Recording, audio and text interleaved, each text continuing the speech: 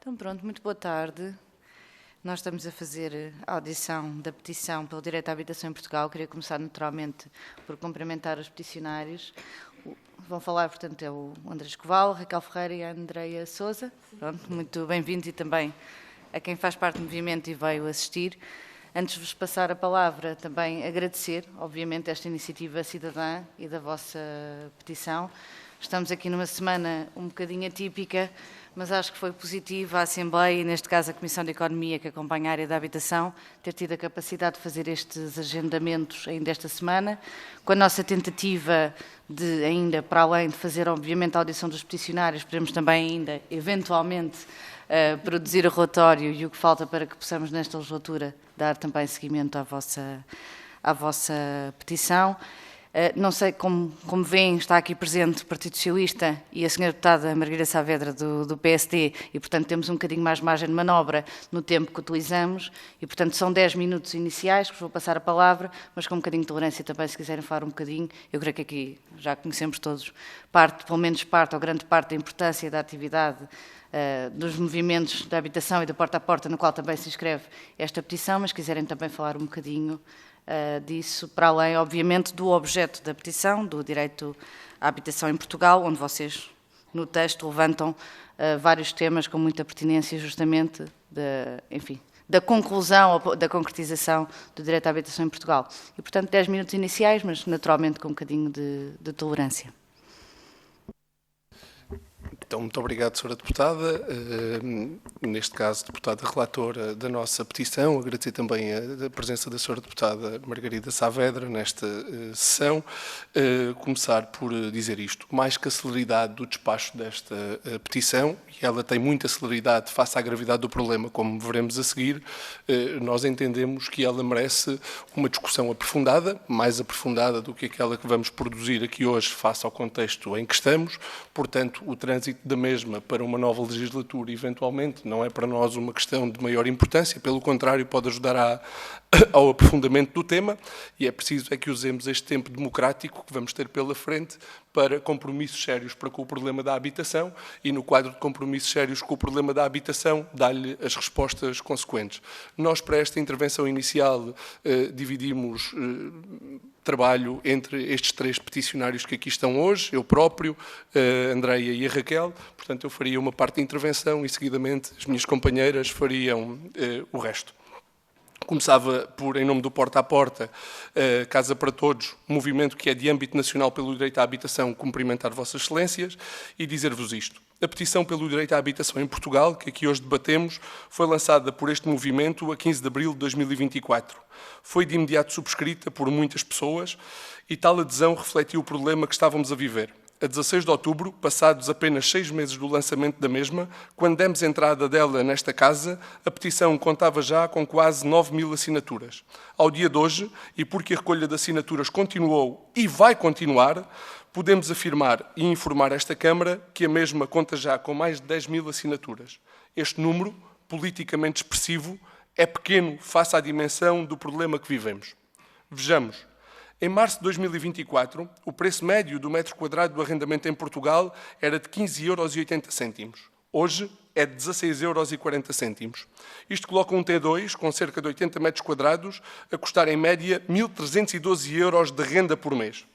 Em março do ano passado, a renda desta mesma casa já custava 1.264 €, tendo tido um aumento de 38 € mensais, o que representa um aumento de cerca de 4%, ou seja, no acumulado e no espaço de um ano, esta casa passou a custar mais 456 €. Também em março de 2024, o preço médio do metro quadrado na compra e venda de casa em Portugal era de 2.610 €. Hoje é de 2.742 €. Isto coloca um T2, com cerca de 80 metros quadrados novamente, a custar em média cerca de 220.000 € de aquisição. Em março do ano passado, a mesma casa custava já mais de 208.000. Uma subida de 12.000 € num ano é obra. É melhor, ou melhor, é lucro para alguém. No nosso país, mais de 2.600.000 trabalhadores, o que representa mais de 62% dos trabalhadores por conta de outrem, recebem menos de 1.000 € brutos por mês. Quem então é que hoje consegue pagar uma casa para viver? Senhores e senhoras deputadas, estes números agravam-se substancialmente se olharmos aos números das áreas metropolitanas ou dos distritos litorais. E é aqui que está o grosso da população do nosso país. Em fevereiro de 2024, os números demonstravam que arrendar casa exigia 81% dos rendimentos médios a nível nacional, enquanto comprar consumia 71% do salário. Quais os números de hoje? Estarão bem piores, certamente. Os dados do Banco de Portugal demonstram que o endividamento das famílias subiu 2%, recuando para valores que não víamos desde o início da última década. Isto tem tradução real na vida das pessoas, senhores e senhoras deputadas. Isto não são só números. São famílias que ficam sem casa porque não conseguem pagar o crédito ou a renda, sujeitando-se muitas vezes a contrair créditos pessoais. São pessoas que, no fim dos contratos de arrendamento, não conseguem renovar o mesmo e não encontram alternativa, muito menos alternativa duradoura e acessível. São trabalhadores a dividir casas, como víamos nos anos 50 e 60. São pais a ver a intervenção das CPCJs e a aplicação de medidas de proteção imediata de menores face à ausência de habitação. São trabalhadores essenciais ao funcionamento do país, a viver em tendas e nas ruas. São jovens a deixar de estudar ou a adiar a sua autonomização. São divórcios por consumar, por falta de condições económicas e de habitação, com o aporte que isso traz à exposição da violência doméstica, com especial destaque para as mães solteiras ou grávidas, onde a discriminação no acesso à habitação assume proporções alarmantes. É sempre e sempre a violência da falta de casas a cair sobre nós. Senhoras e senhores deputados, a situação que se vive no nosso país, face às dificuldades de manutenção ou acesso à habitação, é dramática. Não há família que, de forma direta ou indireta, não esteja a ser afetada pelo problema. Problema que se tem vindo a agravar, problema que não encontrou solução nas políticas ou programas dos últimos governos. A situação que vivemos não se resolve com proclamações de boas intenções, sempre adiadas para as calendas gregas, ou com falsas narrativas que, abjetamente explorando o problema que vivemos, tomam medidas que se sabem que objetivamente irão agravar o problema, como são o conjunto das medidas tomadas por este governo. Passava a palavra então à minha colega Andreia.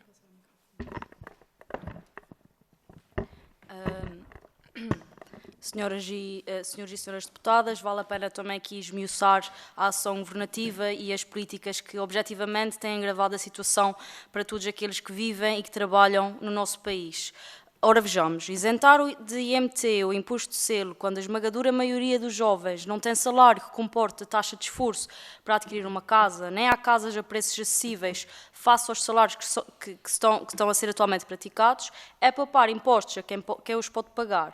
É por esse dinheiro que poderia e deveria ser do Estado, e para investir na habitação pública, a ser lucro de quem especula com as casas e aumentar os preços àqueles que já não os conseguem pagar atualmente. Conceder a garantia pública na compra de habitação, cujos atuais critérios e perante este mercado padece do mesmo mal, destina-se a quem já teria condições financeiras para comprar casa e coloca o Estado a assegurar a propriedade de quem não necessita deste apoio. Subsidiar as rendas aos senhorios não deve nem pode ser política continuada. Tal apenas fomenta a especulação e garante os lucros dos proprietários. Liberalizar ainda mais a construção sob o pretexto da redução das burocracias, do aceleramento dos licenciamentos, acaba por favorecer os grandes investidores, que se focam na construção da habitação de luxo, a turística, em vez de casas acessíveis para a população. Não bastando isso, aí temos o ex-governo a defender a redução do IVA da construção para 6%, que é de facto um atentado. A habitação pública no país representa apenas 2%, um número muito baixo. Em vez de assumir a responsabilidade de aumentar esta oferta, o Governo transfere esta missão para os municípios através do PRR. Isso significa que um direito garantido na Constituição acaba dependendo das escolhas políticas e da situação financeira de cada município. Ao mesmo tempo, o Governo investe na chamada renda acessível, que pode ser entregue a empresas privadas e, no futuro, acaba por alimentar novamente a especulação imobiliária. O aumento do parque público de habitação depende de opções e políticas, nada de proclamações. A taxa de execução do PRR nesta componente é bastante baixa. Nós queremos 33 mil concretizações, nós não precisamos de mais promessas e propaganda. A par disto, quem pretende contrair um crédito à habitação é confrontado com taxas de juros brutalmente elevadas. O BCE, nós sabemos que é o responsável destas subidas, e os que mais beneficiam são os 5 maiores bancos que operam em Portugal, sendo os sucessivos governos os cúmplices da perpetuação destes mesmos aumentos. Em setembro de 2021, 2 meses depois da primeira subida dos juros pelo BCE, os 5 maiores bancos a operar em Portugal somavam 3,9 milhões de euros de lucros por dia. Passados 4 anos deste caminho, no ano de 2024, os 5 maiores bancos acumulam por dia mais de 13,6 milhões de euros de lucros à conta destas taxas de juros, fazendo de Portugal o país da OCDE onde é mais difícil comprarmos casa. Em 2012, novamente, em pleno governo do PSD e CDS, no período da Troika, com a chamada Lei Cristas, aumentaram exponencialmente os despejos e, acompanhada da legislação e benefícios fiscais de incentivo à especulação imobiliária, liberalização do alojamento local, vistos gold, regime fiscal para residentes não habituais, criou aqui a tempestade perfeita para milhares de famílias. Mas não fica por aqui. Sem qualquer investimento público, então o Governo agravou as rendas sociais e incentivou a prática de assédio no arrendamento privado, colocou o direito à habitação em causa e incentivou a especulação imobiliária. Em muitas cidades, com especial incidência em Lisboa e no Porto, os preços das casas subiram vertiginosamente, tornando-se proibitivo. O governo do PSD e CDS não só não investiu em habitação pública, como desprotegeu a maioria da população que vive do seu trabalho. Na área da habitação é necessária a retirada do quadro legal então imposto pela Lei Cristas. Essa lei deve ser, sim, substituída por normas que promovam contratos de longa duração e evitem a escalada dos preços. Senhoras e senhores deputados, importa reverter o caminho que nos trouxe até aqui. Precisamos de políticas de habitação pública que cumpram e façam cumprir a Constituição da República Portuguesa e a Lei de Bases da Habitação. Precisamos de políticas de habitação pública ao serviço de todos aqueles que, vivendo e trabalhando no nosso país, precisam de casa para viver. Precisamos pôr fim às políticas que servem àqueles que especulam com as casas, a banca, os fundos imobiliários, os vastos setores do turismo e os grandes proprietários. O Porta a Porta exige a regulação do valor das rendas para as fazer baixar, contratos de arrendamento com uma duração mínima de 10 anos para termos previsibilidade e estabilidade na vida. Exigimos que os bancos não cobrem mais que 35% dos rendimentos líquidos de cada família na prestação do crédito à habitação da morada de família. A taxa de esforço não pode ser só uma barreira à aquisição, também tem que ser uma garantia do detentor do crédito em defesa do direito à habitação, desde logo porque o crédito estará sempre garantido pela própria casa e, com isso, a instituição bancária fica salvaguardada. Por isto, afirmamos que é tempo de serem os lucros da banca a suportar o aumento das taxas de juro e que estas deixam de forma substancial desde já. Exigimos também o fim dos despejos sem alternativa de habitação digna, uma vez que a função social da habitação tem que prevalecer sobre a proteção do lucro dos amigos. Exigimos a proibição da penhora da morada de família e a implementação do procedimento de dação em cumprimento, que permite que a dívida bancária seja anulada quando a casa é entregue ao banco. Exigimos mais habitação pública. 2% do parque público de habitação é uma vergonha nacional. A média de habitação pública da União Europeia supera os 8%, sendo que alguns países, como os Países Baixos, a Áustria ou a Dinamarca, superam os 20% de habitação pública. Países estes onde, inclusive, se praticam políticas de regulação das rendas. Exigimos a revisão das licenças de todos os tipos de alojamento turístico no imediato, fazendo caducar aqueles que nas zonas de carência habitacional desviaram casas da sua função social para alojamentos turísticos ou de muito curta duração. Exigimos a revisão e extinção de todos os incentivos fiscais à especulação imobiliária e a mobilização imediata de todos os devolutos para a oferta pública de habitação. O Porta a Porta terminou agora uma campanha que percorreu todo o país e que intitulou de Mais Casas Públicas, Menos Crise na Habitação. E o que observamos com esta campanha é dantesco. O Estado português é o pior proprietário que o país tem. Senhores deputados, sabem quantos imóveis devolutos tem o Estado? Nós também não. São milhares por todo o país. Escolas, casas de função, repartições públicas, serviços de saúde, bairros, antigos equipamentos culturais, espaços militares, até ministérios. Dissemos por todos os sítios onde passamos e dizemos-vos aqui, olhos nos olhos. É tempo de investir na reabilitação, é tempo de dar o exemplo. Os espaços existem e os recursos também. Falta-vos a vontade política. O vosso compromisso devia ser para com a Constituição e não para com os interesses privados. Permitam-nos ainda a assaz proposta, a inovadora proposta de revogar a lei dos solos.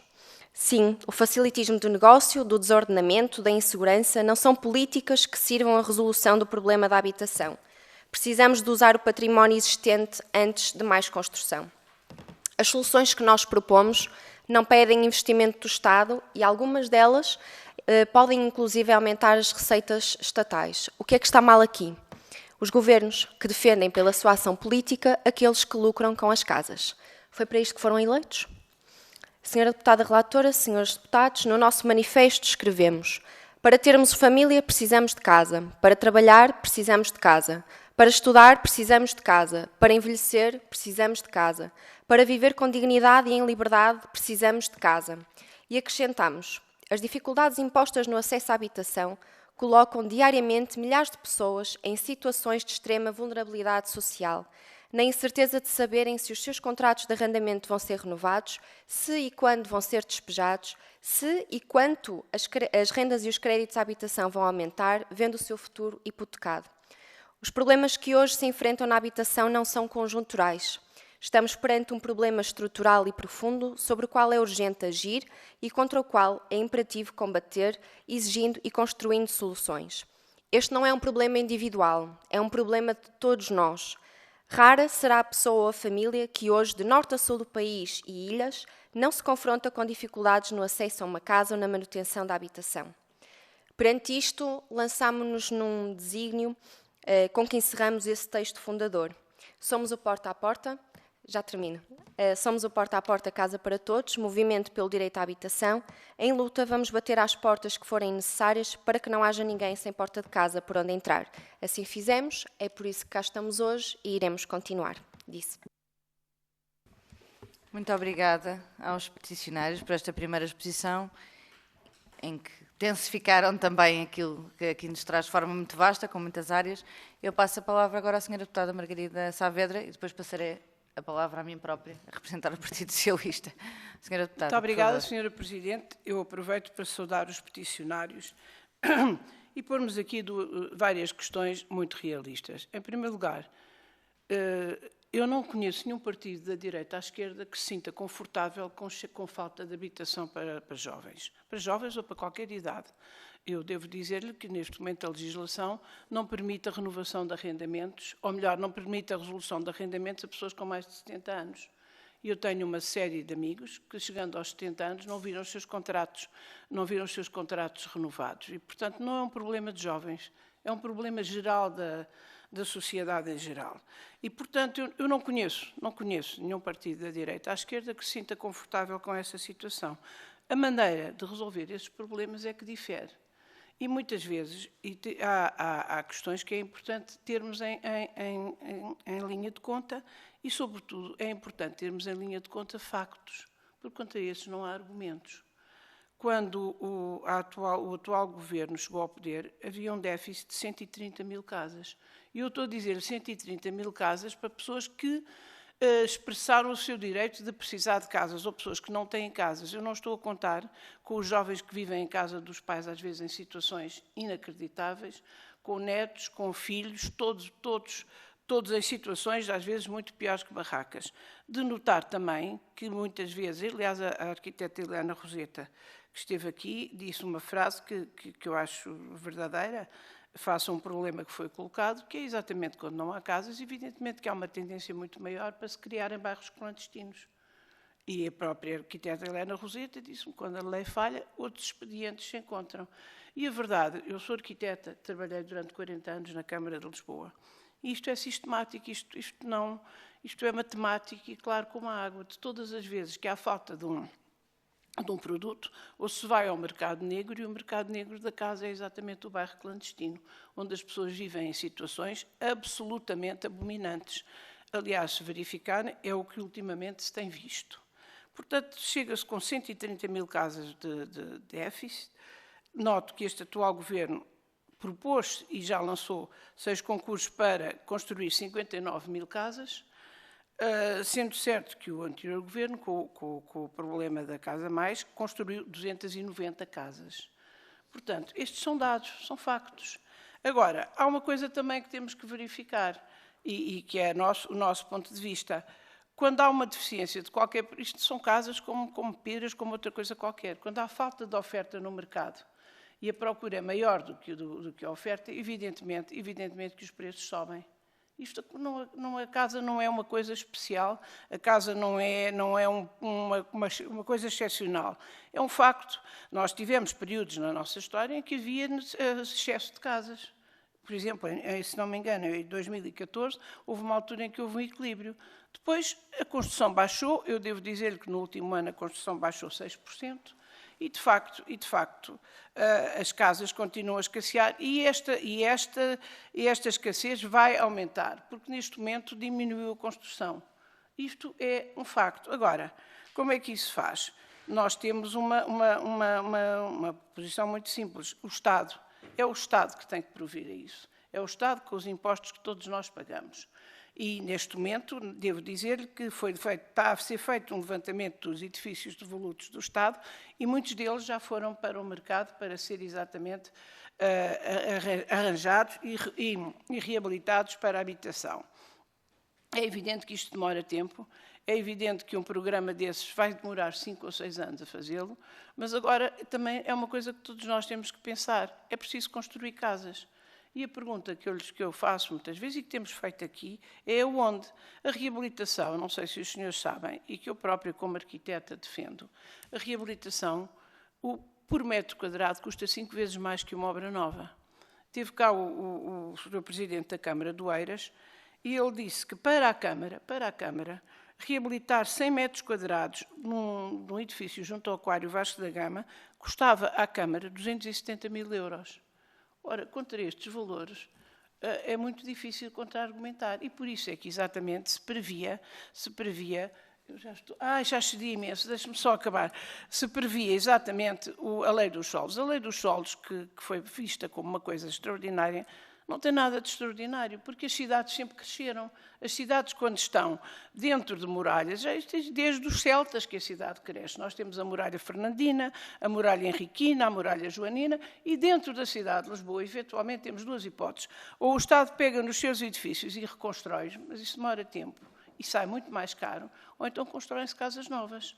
E, de facto, não havendo espaço, não há casas. A questão é essa. Nós vamos aqui pelos arredores de Lisboa, da Grande Lisboa, vemos todas estas zonas satélites. Olha, por exemplo, aquela zona...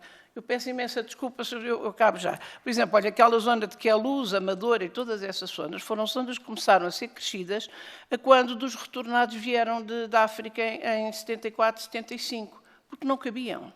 Agora... Nós temos um problema, de facto, que é esse. Ou reabilitamos, e reabilitamos a 5 vezes mais caro do que o preço normal, ou construímos novo. E não há volta a dar, ou então vamos para cima da propriedade privada, mas eu devo dizer-lhes que a propriedade privada tem uma questão. O receio que a propriedade privada traz às pessoas, nomeadamente normas coercivas, faz com que exatamente as pessoas tenham medo de alugar, porque há muita gente que vive das rendas. E há muita gente que, para arranjar os prédios, porque têm obras e rendas antigas, não tem dinheiro para os fazer. Aliás, grande parte das casas devolutas deve-se exatamente a isso. E, portanto, é bom equacionarmos estas questões todas, porque, de facto, o problema resolve-se com estas equações todas. Obrigada, e até agora não foi resolvido. Muito obrigada. Muito obrigada, Sra. Deputada. Obrigada, Sra. Deputada. Eu dei esta tolerância porque, como estamos cá menos grupos parlamentares, não fez sentido cortar a palavra, também utilizaram 15 minutos e, portanto, agora é pior porque dou tolerância a mim própria, não é? Mas farei mais ou menos parecido e aqui avisam-me se eu estiver a exceder. Bem, então fazendo agora também uma intervenção pelo Partido Socialista, aqui algumas mais distâncias do que aproximações, algumas coisas que a Sra. Deputada disse, mas talvez menos. Tentar ser objetiva em ouvir-vos sobre 2 ou 3 temas e também de ser um conjunto de considerações daquilo que tem sido a política de habitação e a posição do Partido Socialista, que eu sei que conhecem bem. Bem, em primeiro lugar, obviamente, do ponto de vista de política estrutural, e totalmente de acordo convosco, é obviamente o problema central do país um parque público reduzido de 2%, é obviamente o problema central do país o desinvestimento de décadas justamente num parque público e obviamente para o Partido Socialista a forma de intervir no mercado e a melhor forma, a única que pode de facto do ponto de vista de médio e longo prazo resultar de intervenção no mercado, também por causa da necessidade absolutamente urgente de descer preços de habitação, é obviamente o aumento do parque público. E aqui é talvez a única ou a maior aproximação à Sra. Deputada Margarida Saavedra, quer dizer, isso obviamente é uma obrigação do Estado, no qual nós concordamos com o modelo, que também sabem que o PRR ampliou as possibilidades de investimento de parceria com os municípios. Sabemos também que a situação que temos no país é um primeiro levantamento de um conjunto de cidades que era, obviamente, desajustado à realidade e hoje já temos um levantamento de carências de habitação muito mais alargado e, portanto, várias prioridades do ponto de vista do aumento do parque público. Por um lado, a erradicação das carências de habitação, onde tenho dito e não estamos seguros que o Governo tenha, de facto, renovado em absoluto esse compromisso, porque dizer 59 mil casas, quando sabemos que já há muito mais carências de habitação, parece-nos um recuo de narrativa, porque o Governo anterior o que sempre assumiu é vamos erradicar as carências de habitação, obviamente que vão-se traçando objetivos do número de casas, mas tem que haver um compromisso também político, a erradicação da totalidade das carências. Depois, por outro lado, saindo um pouco da questão das maiores carências, e aqui, como sabem, engloba muita coisa, chegar também à questão do aumento do parque público para a classe média. E aí há de facto um recuo, e há de facto um retrocesso, não vos ouvi dizer isso, mas calculo que concordem, há um retrocesso mesmo objetivo em relação ao compromisso que este Governo, apesar de ser um Governo em funções há pouco tempo, há um recuo nessa questão da construção para a classe média e da reabilitação e na disponibilidade de casas com renda acessível para a classe média. E aí também tem existido, infelizmente, uma diferença de opinião, que às vezes não é só esquerda e direita. É a questão da importância de, para além de erradicar as carências de habitação, e ouvir-vos sobre isso também, o investimento público necessário que tem que ser feito, nomeadamente nos sítios com maior pressão urbana, onde os preços são absolutamente impossíveis para qualquer pessoa tenha uma vida digna ou tenha acesso a uma habitação, a questão da classe média. Saindo da questão do parque público, estamos também no Partido Socialista de acordo, naturalmente que ouvir-vos sobre isso, embora conheça parte das vossas propostas, estamos de acordo que não basta dizer é preciso reabilitar, é preciso construir, é preciso mobilizar os devolutos, aí estamos todos de acordo, é evidente que o Estado tem que dar o exemplo, tem que ser bom senhorio, tem que ser bom proprietário, também reabilitar o património que tem e disponibilizá-lo às pessoas, mas não basta dizer isso e não podemos olhar para o aumento dos preços e com esta questão em que todos concordamos que de uma oferta limitada para uma procura global, a situação é absolutamente inconcebível, não podemos olhar e dizer não é preciso fazer nada para combater a especulação, não é preciso fazer nada em relação a esses... E aí há um retrocesso também em relação a este Governo, porque, embora vos tenha ouvido falar dos últimos governos, eu gostava aqui também com alguma justiça de fazer essa distinção. Voltar a liberalizar o alojamento local, querer dizer que a habitação, dizer que isto é um bem como outro qualquer. Nós aqui também não concordamos, nós entendemos que a casa não é um bem transacionável como outro qualquer, nós entendemos que obviamente tem que haver um conjunto de políticas de combate à especulação, por isso é que acabámos com os vistos gold, por isso é que sei que não fomos tão longe como naturalmente vocês defendem, mas concordamos com o mercado regulado, concordamos com, vocês aqui dizem diretamente os contratos de maior duração, nós concordamos com ter medidas para combater, obviamente, a especulação e o agravamento de preços. Concordamos com também a questão de criar contratos de maior duração e, portanto, o que achamos é que há um combate à precariedade, por exemplo, no arrendamento e a salvajaria que se passa hoje no país, que tem que ter em conta também o problema justamente dos proprietários e dos senhorios também terem a salvaguarda de algum equilíbrio, ou seja, sempre defendemos esse equilíbrio também, porque também sempre tivemos muito feedback do problema, nós também não queremos ter políticas que incentivem a retirada de mais casas no mercado. Por isso é que esta questão, fazendo assim algo circular, esta questão do combate à especulação, por exemplo, voltar a liberalizar o alojamento local, nos parece uma política completamente inconcebível, mesmo para um governo de direita, porque num país que diz, e num governo que diz que a principal prioridade realidade é um choque de oferta e aumentar a oferta, não se compreende como é que vamos ter o alojamento local a pressionar novamente a retirar casas do arrendamento. E quem diz alojamento local diz naturalmente outro tipo de políticas. Depois, também com alguma curiosidade, ouvi-vos dizer, não é uma solução de futuro ou estrutural a questão de subsidiar, senhorios subsidiar rendas.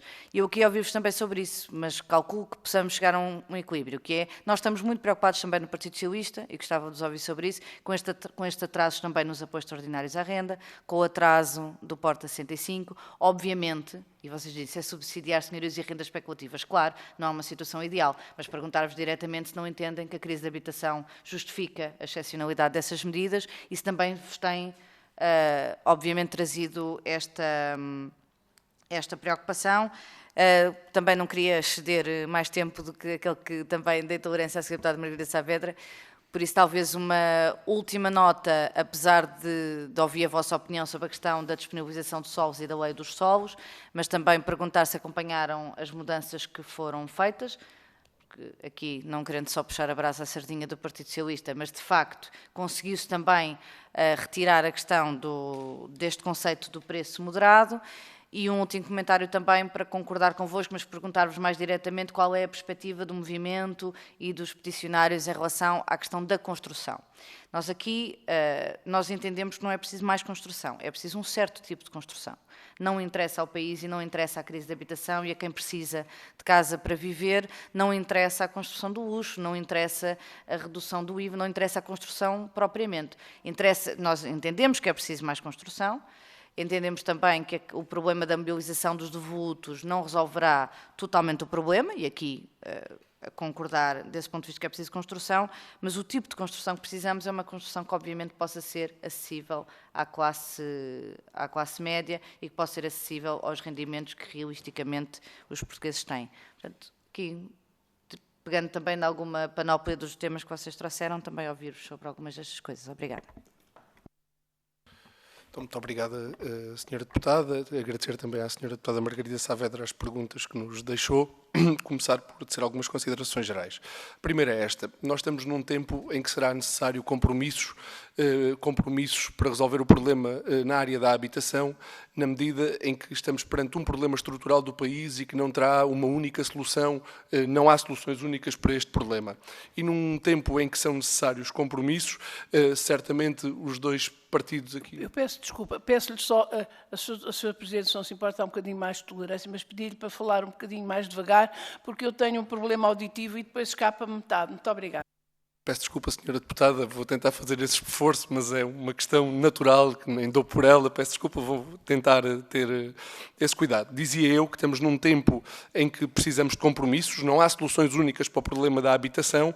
Os dois partidos aqui representados hoje nesta audição serão certamente responsáveis no futuro pela construção dessas soluções de compromisso e, portanto, há muitos intervenientes que estão aqui em falta hoje. Entendemos que este debate deve mesmo continuar para a próxima legislatura, porque a profundidade do tema exige efetivamente essas pontes e esse diálogo e, sobretudo, um compromisso para fazer acontecer e não de proclamações, como dissemos na nossa intervenção inicial.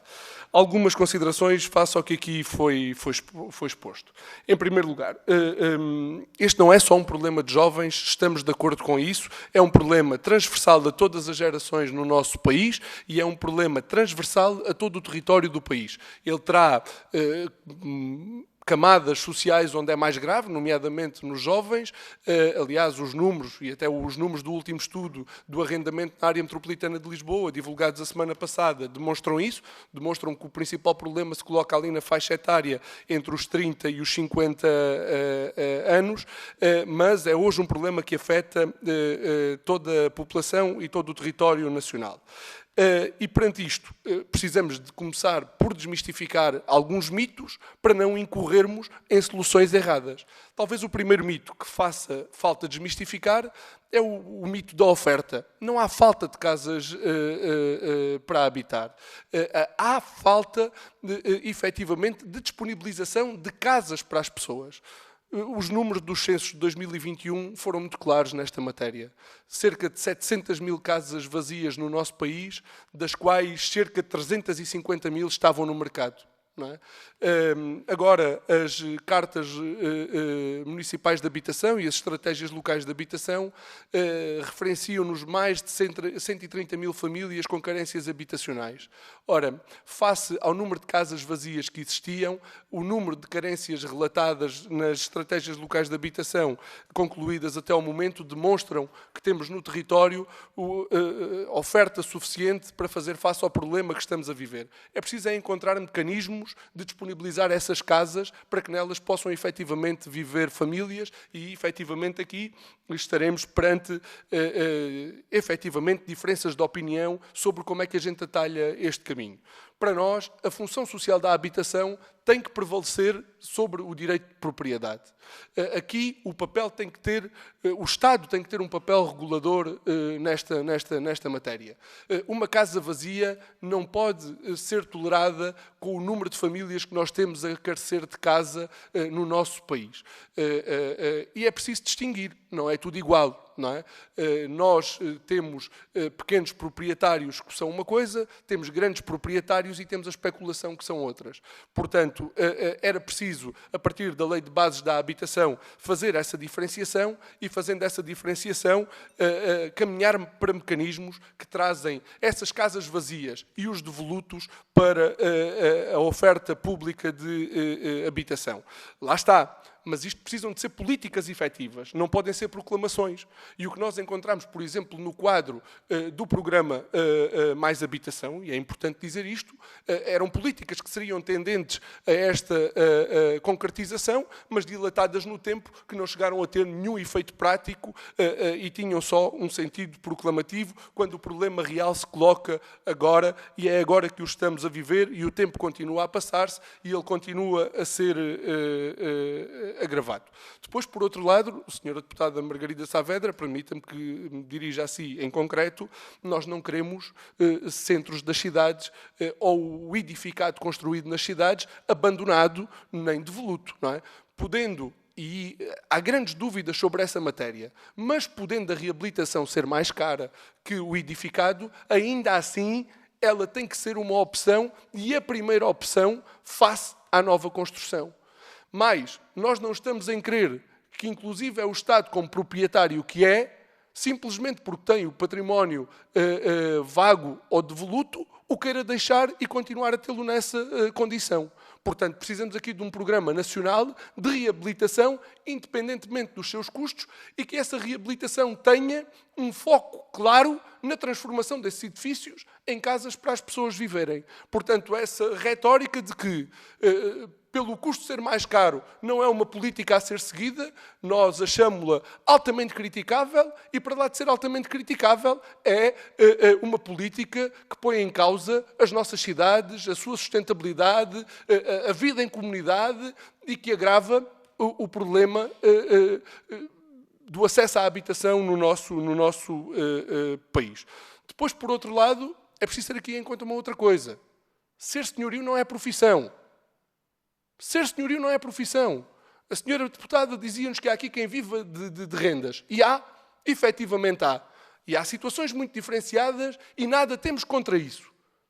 Reitero, nada temos contra isso. Isso tem que ser compaginável com o espírito da Constituição e isso tem que ser compaginável com o direito à morada de famílias.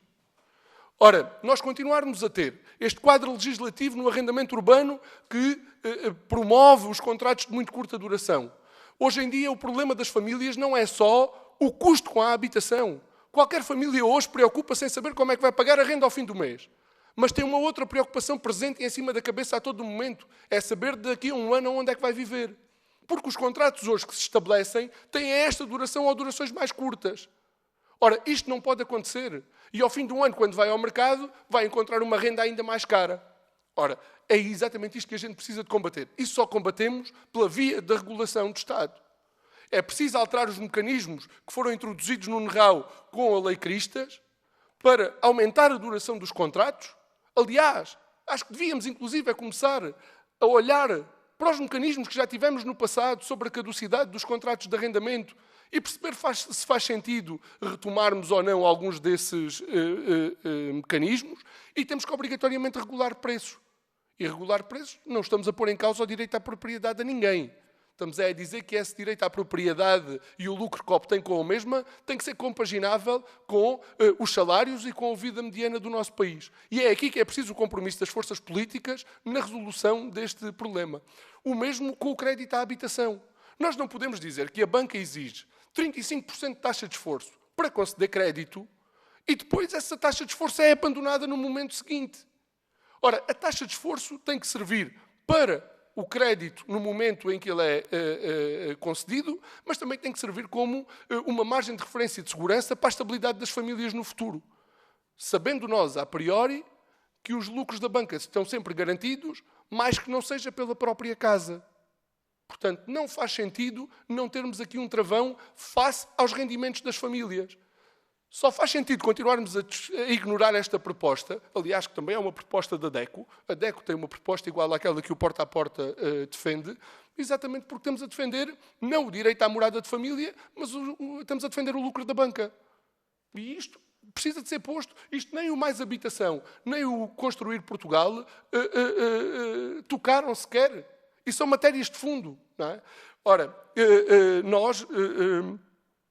temos aqui problemas que precisam de medidas de vário calibre e para nós também é muito claro que o problema do subsidiar tem vindo a acelerar o processo que vivemos. O Mais Habitação abriu esta porta da subsidiação às rendas e também em apoios ao crédito. Isto permitiu a escalada de preços que temos visto, mas entendemos. São medidas transitórias. Fazer disto políticas continuadas e reiteradas não é, de facto, opção. E há um momento em que, quando constatamos que esta subsidiação está a acelerar o problema, nós temos que tomar medidas de outro tipo. Não é acelerando a política de subsidiação que nós vamos resolver o problema. Portanto, a continuidade destas medidas já não é de curto prazo. Não é? O Mais Habitação é de 2023, estamos em 2025, não podemos dizer que 2 anos seja um curto prazo. Não é? Portanto, precisamos de encarar medidas estruturais com outra profundidade. E, para nós, é claro, o que substitui as políticas de subsidiação são as políticas de regulação. Obrigatoriamente. E é isso que precisamos de ver com profundidade. Por outro lado, os benefícios fiscais. Ora, estes benefícios fiscais que acabaram de ser aprovados agora estão a dar o resultado que está à vista. Quem está a usufruir deles é quem não precisa de usufruir deles. Ora, estes precisavam de ser revogados e já. Precisavam de ser revogados e já. Porque estamos a sorver recursos públicos para onde eles não são necessários, com políticas que agravam o problema. Estamos, então, de facto, comprometidos com o quê e com quem? É quem precisa de casa para viver, precisava de casas cuja taxa de esforço lhe permitisse ir à compra, ao mercado, ou ter salários que permitissem pagar a renda. E não é isso que temos. Posto isto, a lei dos solos, para nós, é um instrumento de especulação puro e duro. Faz falta construção e algum tipo de construção, sim. Não é com a lei dos solos que ela se consegue. Não é esse tipo de construção que ela se consegue. E, nesse sentido, a lei dos solos precisa de ser revertida desde já. Aliás, pronto, foi o instrumento de queda deste governo. Está à vista, não é? Mas pronto, a lei aí continua, infelizmente, com o acordo do Partido Socialista também, e isto tem que ser dito, porque não a revogou quando teve a oportunidade para isso no quadro da Assembleia da República. Não é só preciso dizer que ela é má, é preciso revogá-la na íntegra e não fazer-lhe medidas de cosmética para a deixar um pouco diferente, porque só a questão do valor do preço moderado não é o central naquela lei. Ora, neste domínio, o Porta a Porta continuará a bater-se pela concretização destas propostas. Esperamos poder voltar a discutir convosco as mesmas, num quadro em que, repetimos, não há soluções únicas, mas há soluções que podem ser tomadas de imediato, sem custo para o erário público, e são essas que a gente defende que devem ser seguidas desde já, e coletivamente construirmos propostas para um futuro duradouro no quadro da habitação e onde a gente faça um caminho para a resolução dos problemas e não do seu agravamento, como temos feito até aqui. Muito obrigado. Bem, resta-me, eu queria agradecer naturalmente à Sra. Deputada, mas sobretudo quero agradecer aos peticionários terem trazido quer o esforço muito alargado, que a petição conta neste momento, e já percebi que continua a crescer, mostra também a abrangência, obviamente, mostra naturalmente o vosso esforço e o ativismo dos movimentos pelo direito à habitação, mas também naturalmente o interesse e o problema generalizado da crise de habitação também justifica naturalmente ser uma petição com tanta representatividade. Dizer-vos também que amanhã, no início não ter explicado bem, naturalmente que a petição vai transitar para a próxima legislatura, ou seja, o nosso esforço é só de poder eventualmente terminar o relatório esta semana e fizemos um esforço para estar a ouvir. Nós amanhã vamos ouvir mais 2 petições na área da habitação e, portanto, tentámos concluir esse trabalho esta semana. Portanto, esse debate alargado vai continuar. Infelizmente também, naturalmente, e aqui sei que a senhora deputada concordará comigo, a crise da habitação vai continuar a ter que motivar, apesar de com soluções diferentes, de certeza que, independentemente do que venha a acontecer, esse debate continuará na próxima legislatura. E, portanto, não vou aqui, neste papel não vou pronunciar-me sobre, se houvesse uma segunda ronda, tenho a certeza que comentaríamos várias das coisas, das vossas respostas, agradecendo naturalmente, de certeza que nos dá vontade, e se tivessem mais grupos parlamentares, se calhar também, naturalmente tinha havido aqui também ainda outras perspectivas e outras propostas, mas acho que ainda assim espero que tenha sido também útil, espero que possam utilizar também a audição deste debate e destas propostas para contributos também nesta área, para mobilizar outros para a questão do direito à habitação. Obrigada.